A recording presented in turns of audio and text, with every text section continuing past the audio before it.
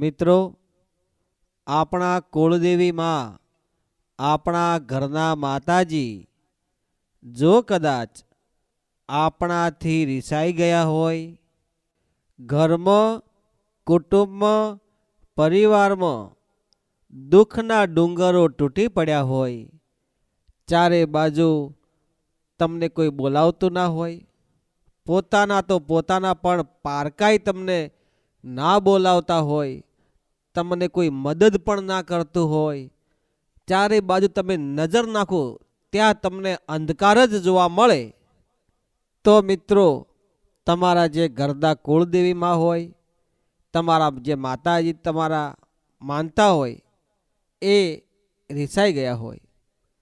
માતાજી રિસાય ખરા, તમે માતાજીના વેણમાં એના વચનમાં તમે ના ઉભા રહો. કદાચ તમે 2-3 ભાઈ હોય અને માતાજીનું જે નૈવેદ્ય કરવાનું હોય, માતાજીના વેણ વચન અનુસાર તમે ના જીવન જીવતા હોય, જે તમારા ઘરડા લોકો હતા, જે તમારા વડીલો હતા, પૂર્વજો હતા, એ માતાજીનો જે ચીલો પાડીને ગયા હોય, એ રીતે જો તમે ના રહેણી કહેણીમાં રહેતા હોય અને માતાજીનું જે રીત રિવાજ હોય એ તમે ના કરતા હોય, તો પછી તમારા ઘરમાં દુઃખ આવે અને તમારાથી માતાજી રિસાઈ જાય. હવે જ્યારે તમારાથી માતા રિસાય એટલે તમારા ઘરમાં બધું અવળું થવા લાગે. ભાઈઓ ભાઈઓમાં વિખવાદ થાય, કુટુંબમાં વિખવાદ થાય, મન મળે નહીં, એકતા રહે નહીં, ધંધો વેપાર ચાલે નહીં, બધા દુઃખી દુઃખી દુઃખી થઈ જાય અને ઘરમાં પરિવારમાં ખોટા ખોટા વિઘ્નો આવે અને તમે હેરાન પરેશાન થઈ જાઓ.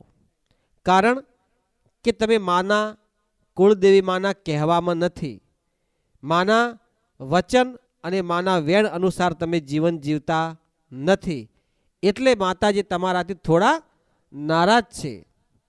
જો તમે માતાજીને રીઝવવા માગતા હોય, માતાજીને પ્રસન્ન કરવા માગતા હોય અને તમારું જીવન ફરીથી સુખમય બનાવવા માગતા હોય, તો પહેલાં તમારે આખો પરિવાર હોય, જે 2-3 ભાઈઓ હોય કે 5 ભાઈઓ હોય, એ બધાને એક થવું પડે. મન મૂકીને મંદિરે બેસવું પડે, એટલે કે એના મઢે બેસવું પડે. જાગરિયા પાવળિયા ભક્ત તેડાવવા પડે, કળ કુંવાસીને બોલાવી પડે. ત્યારબાદ તમે માતાજીને પાઠ ઢાળીને પૂછી શકો છો. જે કલમ આવે એ કલમના આધારે તમારી માતાજી આગળ જે ભૂલચૂક થઈ ગઈ હોય એની માફી માગી અને માતાજી જે રસ્તો બતાવે એ રસ્તા પ્રમાણે, એ ચીલા પ્રમાણે ચાલવું જોઈએ. અને એ રસ્તા પ્રમાણે જો તમે માતાજી કહેશે એ રસ્તે તમે ચાલશો તો માતાજી તમારું બાવડું જાલીને દુનિયામાં ફેરવશે. પણ તમે સાચી રાહમાં ચાલવા માગતા હોય, બધા જ ભાઈઓ એક સંપ થઈને માતાજીને રીઝવવા માગતા હોય, તો જ માં રાજી થાય. કારણ કે માં હોય ને, માં એ બધા દીકરાઓને સરખા જોવા માગે. એક દીકરો આડા રસ્તે જતો હોય, બીજો રસ્તો સીધા રસ્તે જતો હોય, જે કુટુંબનો જે મોભી વડો હોય, જે કે મેન મોટો જે ભૂવો હોય, માતાજીનો ભક્ત હોય, એ જ ઉત્તર દિશામાં ચાલે, બાકીના બધા દક્ષિણમાં ચાલે, તો ક્યારે મેળ પડે નહીં. એટલા માટે જે માતાજીના મોટા ભૂવા હોય, માતાજીના મોટા ભક્ત હોય, એમને માતાજીના શબ્દ અનુસાર, વેણ અનુસાર, વચન અનુસાર બીજા નાના ભાઈઓને સમજાવીને એમને સારી રીતે બેસાડીને માતાજીની સેવા પૂજા સારી રીતે થાય, માતાજીના ગુણગાન ગવાય, માતાજીની ભક્તિ થાય. આપણા જે પૂર્વજો હોય, આપણા વડીલો હોય, જે ચીલો પાડીને ગયા હોય એ ચીલા પ્રમાણે આપણે ચાલવું જોઈએ.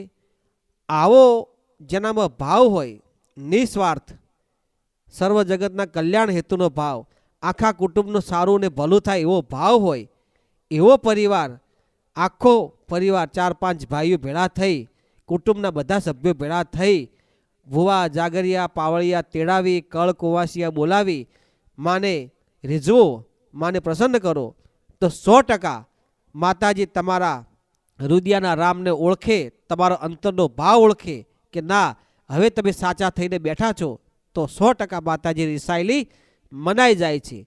ત્યારબાદ તમે જે માતાજી જોડે માગશો એ માતાજી તમારું કાર્ય કરશે.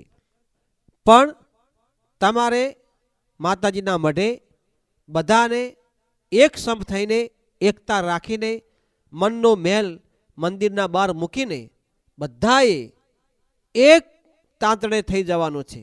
જેમ તેલની ધાર તૂટે નહીં એમ પાણીની ધાર તમે કરો તો તૂટે ના, એવો સંપ થઈ જાય તો માં ભગવતી કુળદેવીમાં તમારા ઉપર અસીમ કૃપા કરે છે.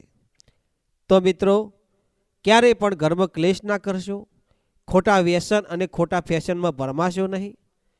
ઘરમાં એક સંપ રાખજો, ભાઈ ભાઈનો સંપ રાખજો.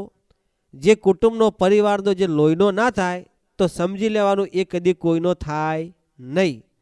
એટલા માટે પરિવારમાં એક સંપ રાખજો અને આ બધા હેમખેમ રહી અને આપણે અને આપણા પરિવારને, આપણા કુટુંબને, આપણા જે વડીલોના જે પરંપરા હોય, જે ચીલો હોય, જે રીત રિવાજ હોય એ રીતે માતાજીની રહેણી કરણીમાં રહેવું જોઈએ. જેનાથી મા ભગવતી રિસાયેલી કદાચ હોય તો મનાઈ જાય અને આપણા ઉપર એની દયા થઈ જાય. તો મિત્રો, આ વિડીયો તમે કયા ગામ, શહેર, તાલુકા, જિલ્લામાંથી જોઈ રહ્યા છો એ કોમેન્ટમાં જણાવવા વિનંતી કરું છું. તમે બધા હેમખેમ હશો તેવી માતાજીને, ગુરુદેવને પ્રાર્થના કરું છું. જય માતાજી, જય ગુરુદેવ.